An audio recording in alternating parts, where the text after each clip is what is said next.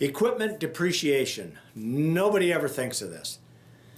I don't understand it. I don't know why people don't think of it. I think of it all day long. If I have to use my truck, okay, I'm going to charge $100 a day to use that diesel truck. If I'm pulling skid steers or I'm pulling mowers, I don't care what I'm pulling, I'm going to charge $100 a day for that truck, besides the fuel, because I know there's wear and tear on that truck and I know it's depreciating. At the end of the day, in 5 years when I have to replace that truck, is anybody going to give me a check for that? No, I got to pull that money out of my pocket.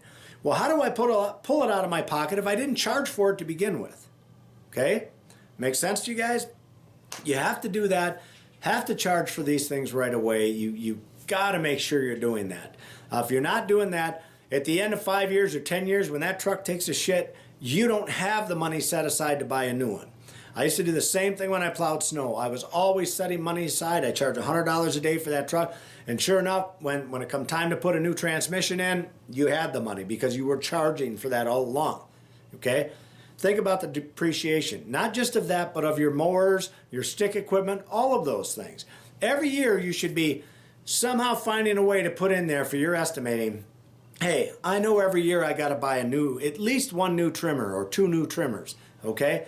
I got to have the money in there for that. Those things aren't cheap. They're $300-$400. You know, I got to have the money for that stuff. What about backpack blowers? What about your hedgers? What about your edgers? You know, you've got to consider all those things. The trailer probably isn't the worst, but you still have an expense. What about the tires on all those things? Does anybody consider that? When I charge that $100 a day for my truck, at the end of the week, that's $700. So that's all going to get put aside for if I have tranny problems, if I have repair problems, whatever, the money's set aside for it. Interest on loans. Nobody thinks about the interest on the loans, and they should be thinking about that because you're paying that every single year.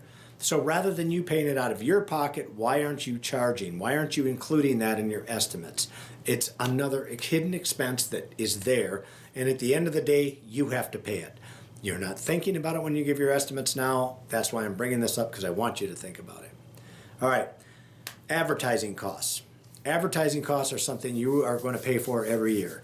You're going to have it every year no matter what you're doing. If you're doing yellow pages, if you're doing advertising in newspapers, pay-per-click advertising on the internet, there's a million different ways to advertise.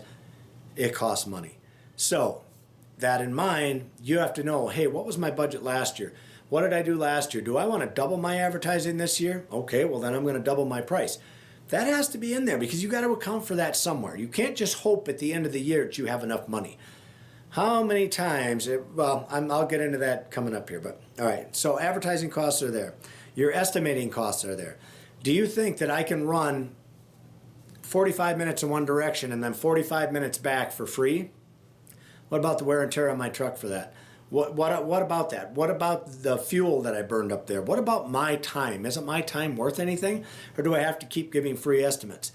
Here's what I do out there. And yeah, we do tell people it's a free estimate, but believe you me, in my price, I tack $100 on for an estimate cost. Okay? And what I feel I should get, you know, anywhere from $30 to $50, depending on how far I have to run, to come out and give you that estimate. Now, if I get 50% of the jobs that I bid on, that's great. If I charge every one of those guys, if I put it in my estimate that it's going to be $100, let's say for an example, and I get 50% of them, I'm making my $50 every time I go for an estimate. And why shouldn't I? It costs me money to do that. It shouldn't be for free. There's no reason for it to be for free. When you have a repairman come out to your house, he comes out to fix your washer and dryer, or you have an electrician come to your house, or a plumber come to your house. Do they come out for free? Hell no, they don't come out for free. They charge. So why in the hell aren't you charging? What's wrong with that, right? You can tell them it's free estimates. Bury it in your price, I'm telling you. Just do it. That's the only way to come out on this thing. All right, cost of training employees. People don't realize there's a huge cost in that, especially the bigger you get, the more employees you go through. It's almost a non-stop, constant training thing. When you get to the level I'm at, it's never ending. You're training somebody new every single week. So that being said, you're paying your guy to train them, and you're paying them to sit there and listen. So these are more expenses that people don't think about. At the end of the day, people, when I tell you this, I don't, here's what I don't want you to do. I don't want you to come up at the end of the year and say, holy crap, look what I have in my bank account. And it's there, and you got to pay taxes on that. Let's not forget about the taxes you got to pay. If you made any money this year, the government sure as hell is going to have their hand out saying, give it to me. So you got to pay that money. I remember one year I was just shocked, and I paid just an astronomical amount of money. And I couldn't believe it, because it was like, it literally was every penny that we had made and was able to put in the bank. When we did the taxes that year, the government took it.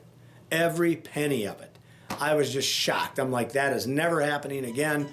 I'm never going to go down that road again. So these are the things, if you think about them now, think about them ahead of time, it'll help prepare you for doing these, for having money at the bank at the end of the year.